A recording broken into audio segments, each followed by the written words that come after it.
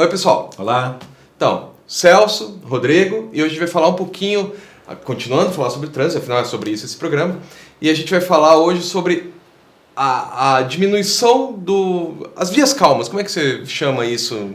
Pois é, começou... Quando você diminui a velocidade máxima, né? Na área urbana. A velocidade máxima por padrão em área urbana é 60 km por hora. Começa por aí, as pessoas não têm a mínima ideia de onde saiu esse índice. Eu já vou comentar. Esse índice tem um motivo técnico. É bacana que você já me explicou por quê. E é bem bacana.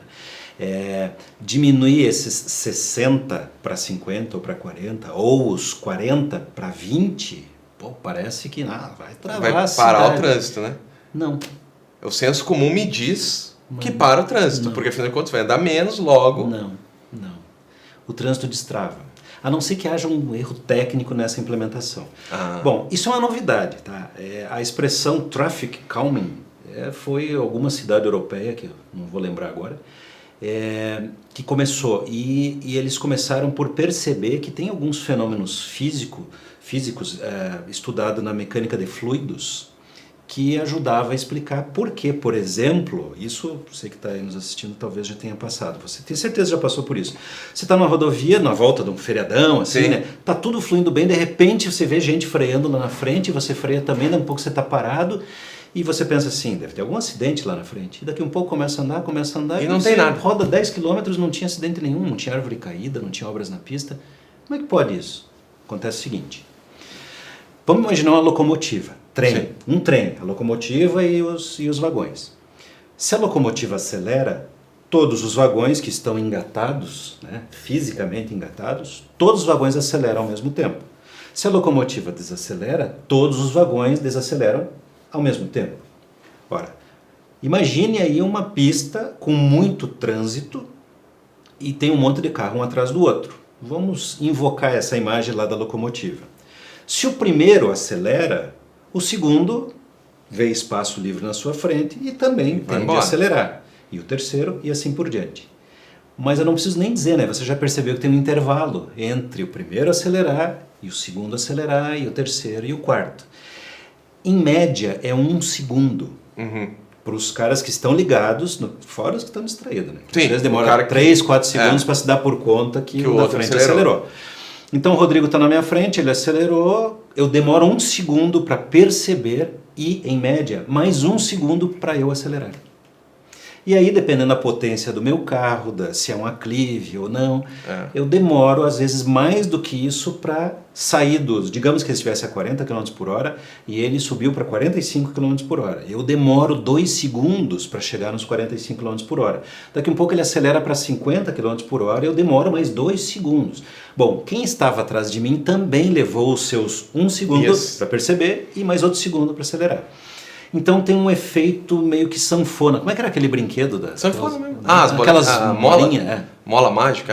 A mola mágica. Você vê que as distâncias entre os dentes, os intervalos, ela varia. Né? Ela vai variando e cria-se uma onda. Ora, se isso é verdade para quando acelera, adivinha para quando desacelera. É a mesma coisa. Ele pisa no freio, eu demoro 1 segundo para perceber que ele pisou no freio.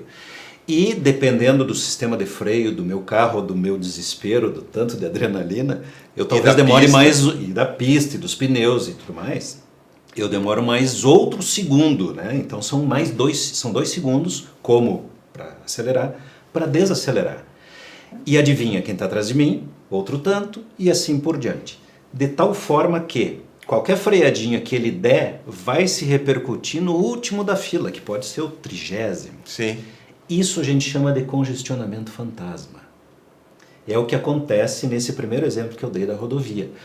Sim, mas chega a parar lá atrás? Sim. Especialmente porque quando ele começou a acelerar, ele já começou a frear o último da fila e ainda não tinha acelerado. Por causa desse tempo para esse efeito chegar até lá. Que é o esquema do semáforo, quando ele abre e você nem vê o semáforo abrir, ele já fechou e você não acelerou. E o que a velocidade máxima da via tem a ver com isso?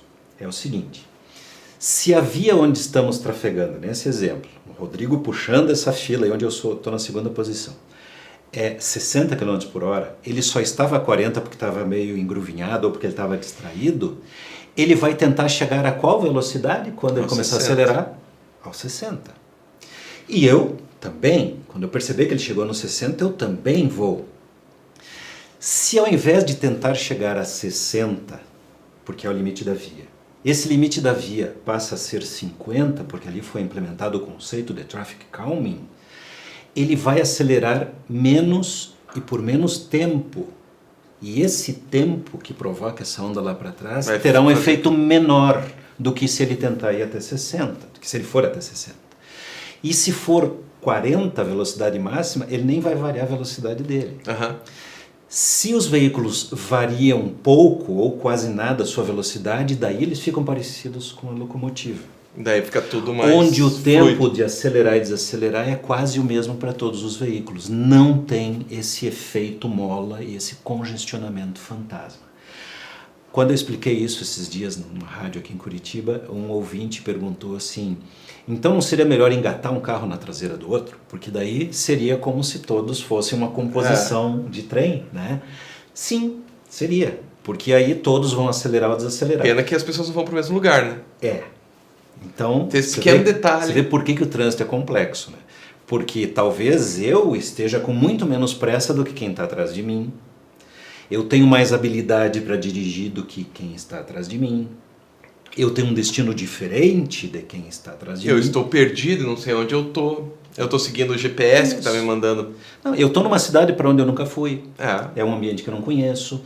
Ou eu nunca dirigi com chuva aqui nessa rua e hoje está chovendo torrencialmente. E já está começando a alagar. Ou a rua está esburacada. Eu nunca dirigi um carro que não fosse o meu e hoje eu tive que pegar o carro da filha, da mulher, do sócio, do amigo. Eu não estou acostumado. Então veja que a quantidade de fatores envolvidos só vai aumentando, né? Só vai potencializando. É por isso que medidas do tipo traffic calming, acalmar o trânsito, em algumas cidades, como aqui em Curitiba, eles batizaram de área calma, um nome apropriado. Eles baixaram a velocidade de 60 para 40. Houve uma chia danada, né? As pessoas não... Porque é difícil de entender isso, mas como que vai melhorar o trânsito? Diminui o engarrafamento porque diminui esse efeito. Esse é um dos fenômenos, viu, Rodrigo? Tem outros fenômenos da física, da mecânica de fluidos que também explica. Por exemplo, se você tem um funil, vocês vão ter que imaginar, e depois na edição se der, a gente põe a imagem. Imagine um funil e você tem um pote com 1 kg de arroz seco, cru. E você tem que fazer esse 1 kg de arroz passar pelo funil. Se você colocar tudo de uma vez, logo vai entupir. E daí você tem que dar umas batidinhas, assim, vai demorar um monte para passar. Passa, mas vai demorar. Se você for pondo aos poucos, de forma que passe 4, 5 grãos de cada vez, não vai entupir nunca. E o tempo final, desde que acaba sendo mais rápido, porque nada engruvinhou ali. No campo aí tem aquele ditado assim, onde passa um boi, passa uma boiada. É verdade. Mas se tiver toda a boiada for naquele espaço, aquele vãozinho pequeno ao mesmo tempo, nenhum vai passar, vai entupir. Esses dois fenômenos são suficientes para as pessoas entenderem por que baixar a velocidade média permitida, aliás, a velocidade máxima permitida, contribui. Sabe por quê? Porque a velocidade média resultante tem menos picos. Né? Porque você acaba chegando mais rápido. Claro, porque flui melhor. Claro. As pessoas pensam em trânsito muito assim, eu quero velocidade. Mas a gente deve querer primeiro fluidez. É muito mais importante você fazer aquele trajeto de 3 km que você ia fazer dentro daí da sua cidade, sem parar a 40 km por hora, do que você poder acelerar a 70, mas ter que parar a cada 200, 400 metros. Ou por causa do semáforo, ou porque engarrafou. Não é só pensar um pouquinho. Isso aí. Boa explicação. Eu também não sabia disso, acabei de descobrir. Muito bem. Então é isso, né? Comenta aí embaixo, vê se você já tinha entendido isso. Você já tinha conseguido descobrir isso sozinho. Você acha que a explicação do Celso ajudou, não ajudou? Comenta aí, dá outras ideias, né? Vamos fazer o programa girar. Até mais, pessoal. Tchau.